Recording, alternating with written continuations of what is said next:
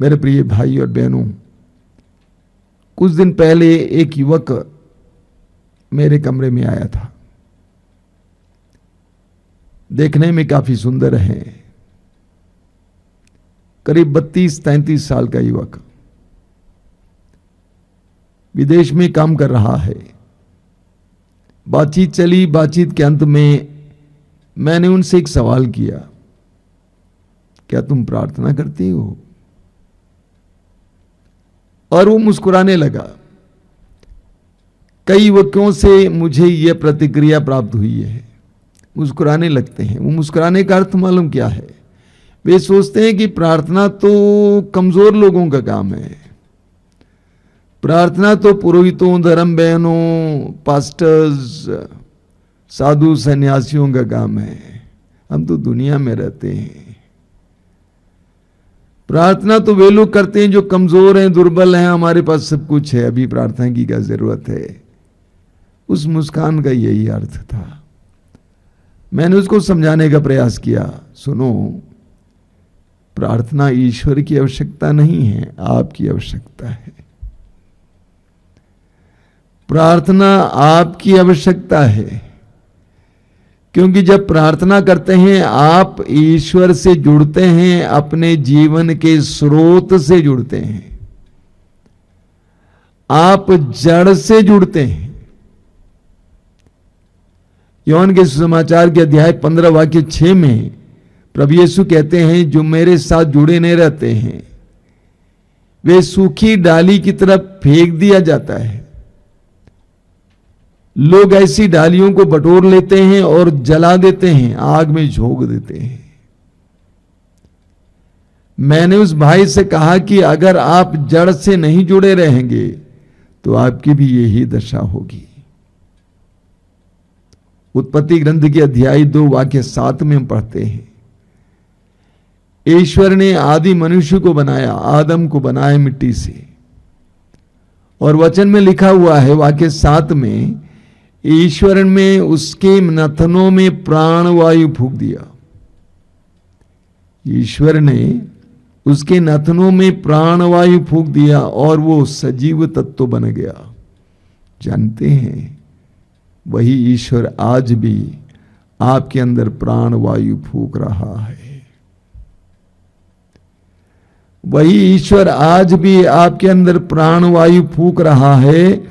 और जिस समय आप उससे अलग हो जाएंगे, वो प्राण वायु से अलग हो जाएंगे। जिस समय वो फूंकना बंद करेगा, अब मिट्टी हो जाएंगे। यूहन्ना के सुसमाचार के अध्याय 15 उसके वाक्य 5 में दूसरा हिस्से में लिखा हुआ है, प्रभु कहते हैं, मुझसे अलग रहकर तुम कुछ भी नहीं कर सकते। मुझसे अलग रहकर तुम कुछ भी नहीं कर सकते। आपने पतंग देखी है, पतंग को आसमान पर उड़ाया जाता है, ऊंचाई पर उड़ती है, लेकिन जिस पतंग को उड़ाने वाला ऊंचाई पर उड़ाता है, वह डोर कट जाएगी तो पतंग का क्या होगा?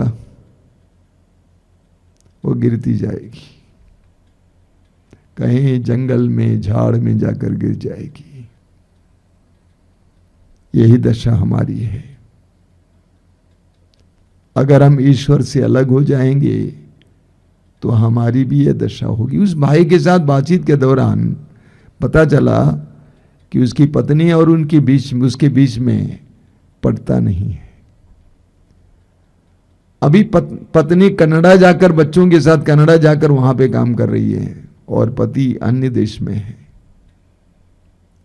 मैंने कहा, देखा आपने मत्ती के सुसमाचार के अध्याय 19 वाक्य 6 में प्रभु यीशु कहते हैं, जिसे ईश्वर ने जोड़ा है उससे मनुष्य अलग ना करे। जिसे ईश्वर ने जोड़ा है मनुष्य अलग ना करे। परिवार को ईश्वर ने जोड़ा है, पति पत्नी को ईश्वर ने जोड़ा है, और जिस समय ईश्वर वहां से हटाया जाएगा, पति पत्नी के बीच से हटाया जाएगा, तो परिवार टूटने लगेगा। परिवार से प्रभु को हटाइए, परिवार अलग थलग हो जाएगा। ये तो हो रहा है। जिन देशों को आप विकसित देश कहते हैं, वहां पे परिवारों की क्या दशा है देखिएगा, अलग थलग। ईश्वर रहित परिवार टूटा फूटा परिवार है। A family without God is a shattered family. इसीलिए मैंने उस भाई से कहा, प्रभु से जुड़िए, प्रार्थना कीजिए। अभी 2 दिन पहले, इस रिकॉर्डिंग से 2 दिन पहले, एक बेटी मेरे पास लाई गई, कमरे में आई थी दूसरी बेटी के साथ। उसकी शादी हुई है, 2 बच्चे हैं। ससुराल में उसको सताया जाता है, उसका पति अच्छी कमाई करता है, लेकिन पति का दूसरे किसी नारी के साथ रिश्ता है। उस नारी का वो गुलाम बन चुका है। उस नारी के कारण अपनी पत्नी के साथ उसने बहुत अन्याय किया, अत्याचार किया। जब वो लड़की बोलती जा रही थी, बिल्कुल बरगला गई थी, रो रही थी, चिल्ला चिल्ला कर बोल रही थी। काफी देर तक मैं सुनता गया।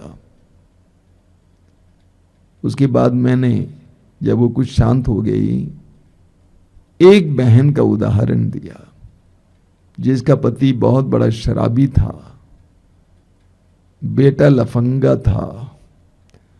उस बहन की प्रार्थना के द्वारा कैसे परिवार का परिवेश बदल गया। वो बेटी ये साक्ष्य सुनकर बदल गई। मैंने उससे कहा, तुम एक काम कर, अपने पति को माफ कर, आज से बुरा नहीं बोलना, कभी कदार फोन करना और उनसे पूछना आप कैसे हैं, सिर्फ प्यार देना। प्रभु के सामने बैठो, उसको क्षमा करो। आज से तुम अपने पति के लिए प्रार्थना करने लगोगी और चिल्लाएगी नहीं, ना ही उसको बताएगी क्या करना चाहिए, सिर्फ प्रार्थना करेगी। और वो चली गई। उसी शाम को, यानी परसों शाम को, जिस बेटी ने उसको लाया था, वो बेटी मुझे फोन करके कहती है कि स्वामी जी गजब हो गया। मैंने पूछा क्या हुआ? उसके पति ने 2 साल के बाद उसको नाम लेकर पुकारा, फोन किया और पूछा कि कैसी हो, ये कैसे है। जब प्रभु के साथ जुड़ने लगते हैं तो चमत्कार होने लगता है।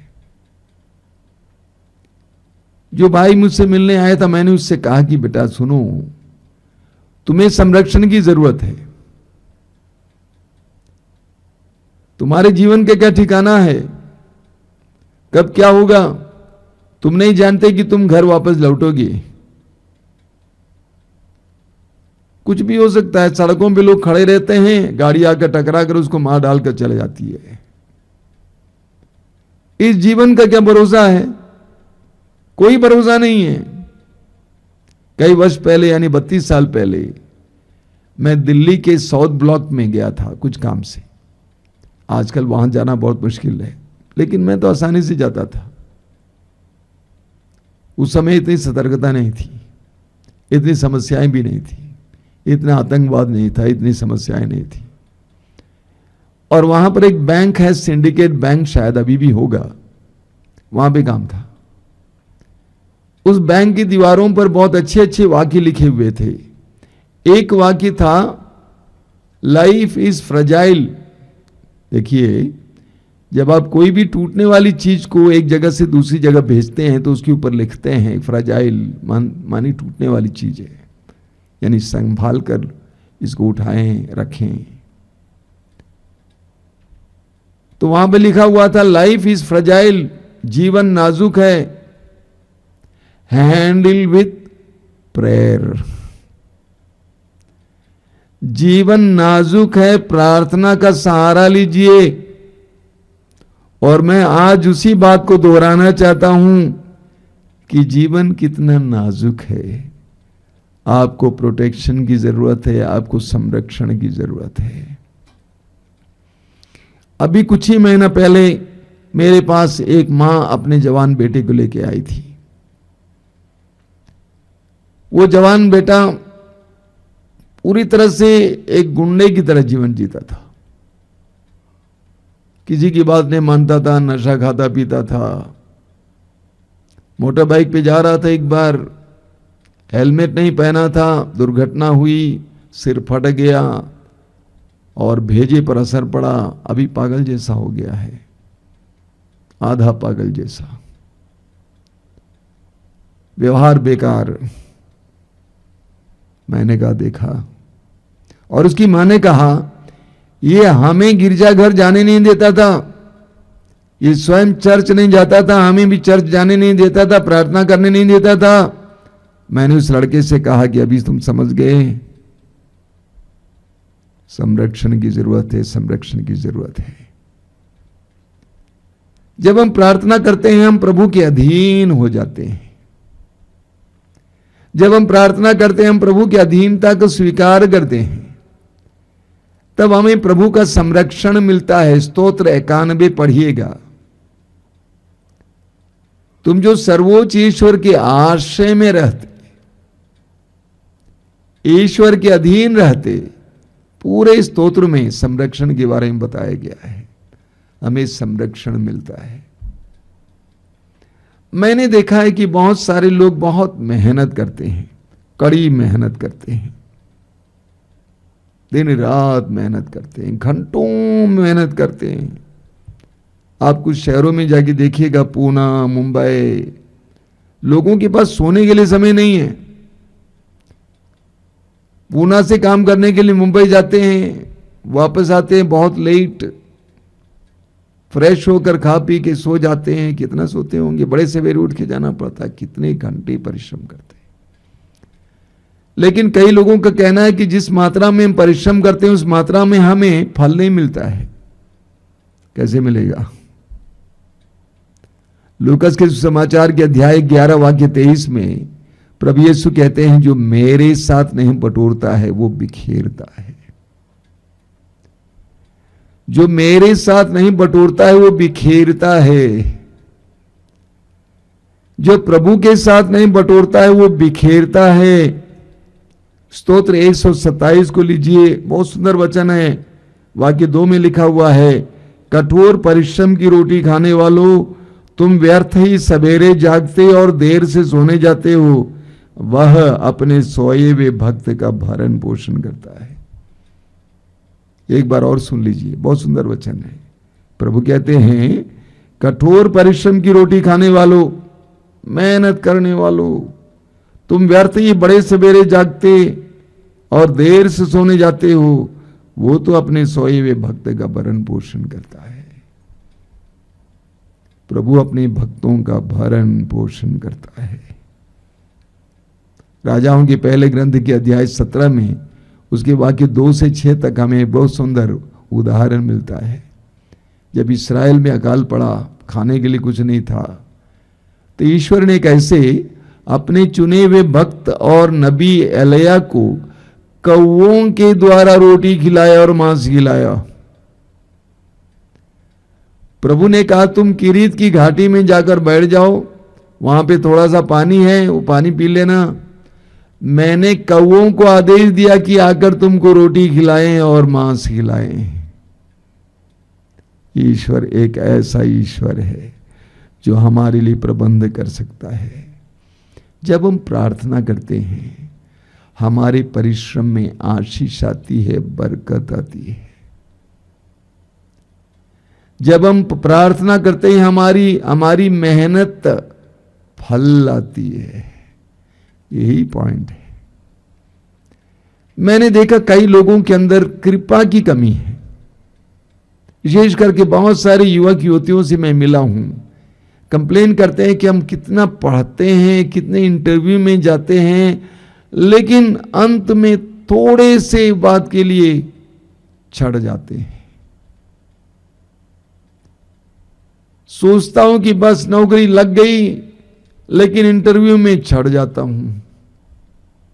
बात क्या है? कृपा की कमी है।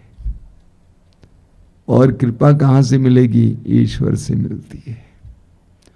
उसके लिए ईश्वर के पास जाना है, प्रार्थना करने की आवश्यकता है। परसों एक युवती आई थी आश्रम में। वो एक के बाद एक करियर बदल रही थी क्योंकि सफलता नहीं मिल रही थी।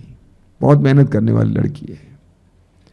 उसने कहा कि मैं तो थक गई हूं, मैं जीवन से थक गई हूं, हार गई हूं। करीब 22-23 साल की लड़की। मैंने कहा इतनी जल्दी थक गई तो आगे क्या होगा? तो मैंने उससे पूछा कि तुम बताओ तुम कितना प्रार्थना करती हो? बोलती है कि मैं प्रार्थना करती हूं। कब प्रार्थना करती हूँ? सुबह कोचिंग के लिए जाने से पहले मैं प्रार्थना करती हूँ। कितना प्रार्थना करती हो? 10 मिनट प्रार्थना करती हूँ। अच्छा। मैंने पूछा तुम कितने घंटे पढ़ाई करती हो? कोचिंग को मिला के 12 घंटे पढ़ाई करती है। मैंने कहा बेटा तुम्हारा अनुपात बिगड़ गया है। 12 घंटे पढ़ाई करती हो, 10 मिनट प्रार्थना करती हो। ये अनुपात बिगड़ा हुआ अनुपात है। अगर तुम 12 घंटा पढ़ाई करती हो, काट कर 11 कर दो और 1 घंटा प्रार्थना करो। उसके बाद तुम मुझे बताओ तुम्हारे साथ क्या हो रहा है। अनुपात बिगड़ जाता है। प्रार्थना की आवश्यकता है। हमें पढ़ने को मिलता है सूक्ति ग्रंथ की अध्याय 19 उसके वाक्य 21 में। सूक्ति ग्रंथ अध्याय 19 वाक्य 21 में लिखा हुआ है, मनुष्य के हृदय में अनेक योजनाएं बनती हैं किंतु प्रभु की योजना ही पूरी होती है। मनुष्य के हृदय में अनेक योजनाएं बनती हैं किंतु प्रभु की योजना ही पूरी होती है। और उसी सूक्ति ग्रंथ के अध्याय 16 के वाक्य 1 में प्रभु का वचन क्या कहता है? मनुष्य योजनाएं बनाता है, उनकी सफलता प्रभु पर निर्भर है। इस सच्चाई को जानना जरूरी है। आप बहुत परिश्रम करते हैं, आप बहुत पढ़ाई करते हैं, कई इंटरव्यूज में जाते हैं, ठीक है, अच्छी बात है, मेहनत करनी चाहिए, परिश्रम करना चाहिए। प्रभु आलसियों को कृपा नहीं देते, लेकिन उस अनुपात में प्रार्थना भी होनी चाहिए। यही मैं लोगों को बताया करता हूं। तुम 12 घंटा परिश्रम कर रही हो तो 11 घंटा करो और 1 घंटा प्रार्थना में बिताओ। देखो तुम्हारे जीवन में क्या होगा। हमें मकाबियों के दूसरे ग्रंथ में एक बहुत सुंदर उदाहरण मिलता है। मकाबियों के दूसरे ग्रंथ के अध्याय 15 में लिखा हुआ है वाक्य 21 में, यहूदियों के नेता अगुआ यूदा दुश्मन राजाओं के साथ लड़ रहा था। और यूदा क्या कहता है? बहुत सुंदर वचन है, वाक्य 21 में लिखा हुआ है, जब मकाबी ने शक्तिशाली शत्रु को निकट आते देखा और ये देखा कि उनके पास कितने प्रकार के अस्त्र शस्त्र हैं और उनके हाथी कितने डरावने हैं, तो वह स्वर्ग की ओर हाथ जोड़कर उस प्रभु की दुहाई देने लगा जो चमत्कार दिखाता है। और एक बार सुनिए, जब मकाबी ने शक्तिशाली शत्रु को निकट आते देखा और ये देखा कि उनके पास कितने प्रकार के अस्त्र शस्त्र हैं और उनके हाथी कितने डरावने हैं, तो वह स्वर्ग की ओर हाथ जोड़कर उस प्रभु की दुहाई देने लगा जो चमत्कार दिखाता है। उसे पूरा विश्वास था कि विजय अस्त्र शस्त्रों पर निर्भर नहीं होती, बल्कि उनकी होती है जिन्हें प्रभु इसके योग्य मानता है। यूदा को पता था कि विजय उनकी नहीं होती है जिसके पास अस्त्र शस्त्र हैं, बल्कि विजय दिलाने वाला प्रभु है। इसीलिए हम पढ़ेंगे, प्रभु की शक्ति से उसने कई युद्ध जीत लिया। स्तोत्र 20 में स्तोत्रकार क्या कहता है? स्तोत्र 20 में स्तोत्रकार कहता है, उसके वाक्य 7 और 8, प्रभु अपने अभिषिक्त को विजय दिलाता है। प्रभु अपने अभिषिक्त को विजय दिलाता है। वह अपने विजयी बाहुबल के प्रदर्शन से अपने अभिषिक्त की प्रार्थना पूरी करता है। और एक बार सुनिए, प्रभु अपने अभिषिक्त को विजय दिलाता है। वो अपने विजयी बाहुबल के प्रदर्शन से अपने अभिषिक्त की प्रार्थना पूरी करता है। कुछ लोग रथों पर और कुछ लोग अश्वों पर गौरव करते हैं। अश्व मतलब घोड़े पर गौरव करते हैं। हम तो प्रभु अपने ईश्वर के नाम की दुहाई देते हैं। स्तोत्रकार कहता है, कुछ लोग अपने रथों पर भरोसा रखते हैं, अपने अश्वों पर, घोड़ों पर भरोसा रखते हैं, लेकिन हम तो अपने प्रभु ईश्वर की दुहाई देते हैं। जीवन में सफलता के लिए हमें प्रभु के साथ जुड़ने की आवश्यकता है। प्रार्थना और विश्वास के द्वारा प्रभु के साथ जुड़ने की आवश्यकता है। वही हमें विजय दिला सकता है, दूसरा कोई नहीं दे सकता है। मैंने देखा कई लोग मनुष्यों पर निर्भर रहते हैं। इस संसार में बहुत सारे लोग, पापा सरकारी नौकर है, मम्मी सरकारी नौकर है, पति सरकारी नौकर है, वे लोग आश्वस्त हैं, मस्त हैं, उनको प्रार्थना की कोई जरूरत नहीं है। कुछ परिवारों को ऐसे भी आप देखेंगे जिसको अंग्रेजी में कहते हैं वेल निट फैमिलीज, यानी वे आपस में इतना प्यार करते हैं, मम्मी पापा बच्चे भाई बहन इतना प्यार करते हैं। एक्सक्लूसिव अंग्रेजी में कहा जाता है। दुनिया से कुछ लेना देना नहीं है, हम लोग अच्छे हैं। विशेष करके कुछ धनी परिवारों में ऐसे देखने को मिलता है, लेकिन ऐसी विपत्तियां उनके जीवन में आ जाती हैं कि वे चूर हो जाते हैं।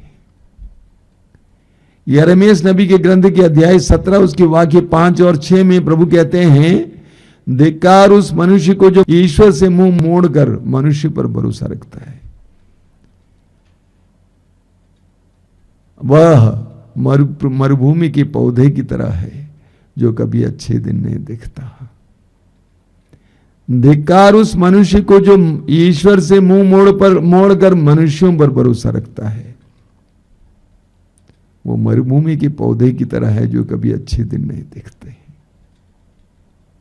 कई लोग इसी तरह हैं, मनुष्यों पर निर्भर रहते हैं। मेरे सामने 2-3 एग्जाम्पल्स आए, बहुत सुंदर एग्जाम्पल्स, उदाहरण। काफी दूर से एक जवान बेटी लाई गई उसकी मां के द्वारा। धनी परिवार है, बेटी करीब 20 साल की है। वो बेटी पूरी तरह से मानसिक रूप से अस्वस्थ हो गई है, डिप्रेशन में चली गई है, क्योंकि उसका पापा गुजर गया। उसका पापा के साथ इतना गहरा रिश्ता था कि पापा गुजर गया, बेटी डिप्रेशन में चली गई, मानसिक रोगी हो गई। कुछ दिन पहले एक और केस मेरे सामने आया। एक जवान लड़का जिसने इंजीनियरिंग किया है, ऊपर से एमबीए किया है, आईएएस की तैयारी भी की। पापा सरकारी नौकर था, गुजर गया। पापा को बहुत प्यार करता था, वो भी मानसिक रोगी हो गया। एक अच्छा विश्वासी परिवार, एक अच्छा मसीही परिवार वो है जिसका केंद्र यीशु है, मनुष्य नहीं है। जो यीशु केंद्रित जीवन जीते हैं और जो यीशु की शिक्षाओं के अनुसार जीवन जीते हैं। मत्ती के सुसमाचार के अध्याय 10 वाक्य 37 में प्रभु कहते हैं, जो अपने माता पिता को मुझसे ज्यादा प्यार करता है वो मेरे शिष्य होने योग्य नहीं है। जो अपने बच्चों को मुझसे ज्यादा प्यार करता है वो मेरे शिष्य होने योग्य नहीं है। हर मसीही परिवार, हर विश्वासी परिवार का केंद्र बिंदु ख्रिस्त होना चाहिए, यीशु होना चाहिए और यीशु की शिक्षा होनी चाहिए। कोलोसियों के पत्र के अध्याय 1 वाक्य 16 में संत पौलुस कहते हैं, सब कुछ उनके लिए और उनके द्वारा बनाया गया, सृष्टि किया गया है। यानी सब कुछ यीशु के लिए और यीशु के द्वारा बनाया गया है। ये सब कुछ का केंद्र बिंदु यीशु होना चाहिए, ईश्वर होना चाहिए। हमारे जीवन में समस्याएं तब होती हैं जब हम हमारे जीवन के केंद्र से, परिवार के केंद्र से यीशु को दरकिनार करते हैं। उस समय हमारे जीवन में परेशानी आ जाती है और हमारे जीवन में फिर एक बार शांति स्थापित करने के लिए एकमात्र उपाय है यीशु को बीच में ले आना, ईश्वर को बीच में ले आना। जब यीशु बीच में आ जाएंगे सब कुछ नियंत्रित हो जाएंगे। मत्ती के समाचार के अध्याय 7 वाक्य 24 से 27 तक प्रभु यीशु एक सुंदर दृष्टांत सुनाते हैं। प्रभु कहते हैं, जो मेरी इन बातों को सुनता है और उसका पालन करता है वह उस बुद्धिमान व्यक्ति की तरह है जिसने अपने मकान को चट्टान पर बनवाया। वर्षा हुई, बाढ़ आई, आंधी चली, उस मकान से टकराई, लेकिन वो मकान गिरा नहीं, क्योंकि उसकी नींव चट्टान पर थी। लेकिन जो मेरी बातों को सुनता है उसका पालन नहीं करता है वह उस मूर्ख की तरह है जिसने अपने मकान को बालू पर बनवाया। वर्षा हुई, नदियों में बाढ़ आई, आंधी चली, उस मकान से टकराई और मकान गिर गया। यानी जिसका जीवन प्रभु के वचन के अनुसार है वह स्थिर और स्थायी है। जिस परिवार की नींव प्रभु का वचन है, प्रभु की शिक्षाएं हैं, वो परिवार स्थिर है, स्थायी है। इसलिए आज मैं सबसे अनुरोध करूंगा, प्रार्थना द्वारा प्रभु के साथ जुड़िए। प्रार्थना द्वारा प्रभु के साथ जुड़िए। इस्यास नबी के ग्रंथ के अध्याय 40 में हम पढ़ते हैं, बहुत सुंदर वचन है, शायद आपने बार बार सुना होगा। इस्यास नबी का ग्रंथ अध्याय 40 उसके वाक्य 30 और 31 में प्रभु का वचन कहता है, क्या कहता है? जवान भले ही थक कर चूर हो जाएं और फिसल कर गिर पड़ें, किंतु प्रभु पर भरोसा रखने वालों को नई स्फूर्ति मिलती रहती है। वे गरुड़ की तरह अपने पंख फैलाते हैं, वे दौड़ते रहते हैं किंतु थकते नहीं, वे आगे बढ़ते हैं पर शिथिल नहीं होते। कौन? जो प्रभु पर भरोसा रखता है। अंग्रेजी में इसके अनुवाद है, those who wait for the lord, यानी जो प्रभु की प्रतीक्षा करने वाले, यानी जो प्रार्थना में समय बिताने वाले हैं। वे गरुड़ की तरह ऊंचाई में उड़ते हैं, वे दौड़ते हैं लेकिन थकते नहीं, आगे बढ़ते हैं, शिथिल नहीं होते हैं, जो प्रार्थना के सहारे जीवन जीते हैं। मेरे प्रिय भाई और बहनों, प्रार्थना का सहारा लीजिए, प्रार्थना को स्थान दीजिए, आपकी परिस्थितियां बदल जाएंगी। आइए हम प्रार्थना करें। प्रभु यीशु, धन्यवाद देते हैं बीते पलों के लिए, तेरे पवित्र वचनों के द्वारा हमें समझाने के लिए। तूने कहा, मैं सच्ची दाखलता हूं और तुम डालियां हो, जो मुझ में रहता है और मैं जिसमें रहता हूं वही बहुत फलता है, क्योंकि मुझसे अलग रहकर तुम कुछ भी नहीं कर सकते। हम तुझसे अलग रहकर कुछ भी नहीं कर सकते प्रभु। कितने ही विश्वासी और मसीही सूख रहे हैं, कितने ही परिवार सूख रहे हैं, केवल इसलिए कि वे तुझसे जुड़े नहीं हैं। यीशु ऐसे लोगों को तेरे सामने लाते हैं, उन्हें विश्वास और प्रार्थना का वरदान दीजिए। वे सूख रहे हैं या सूख गए हैं, उनके अंदर फिर एक बार ताजगी लाइए, हरापन लाइए। यीशु, विश्वास और प्रार्थना के द्वारा तेरे साथ जुड़ने की कृपा दीजिए। धन्यवाद यीशु, तेरी स्तुति, तेरी महिमा, तेरी आराधना।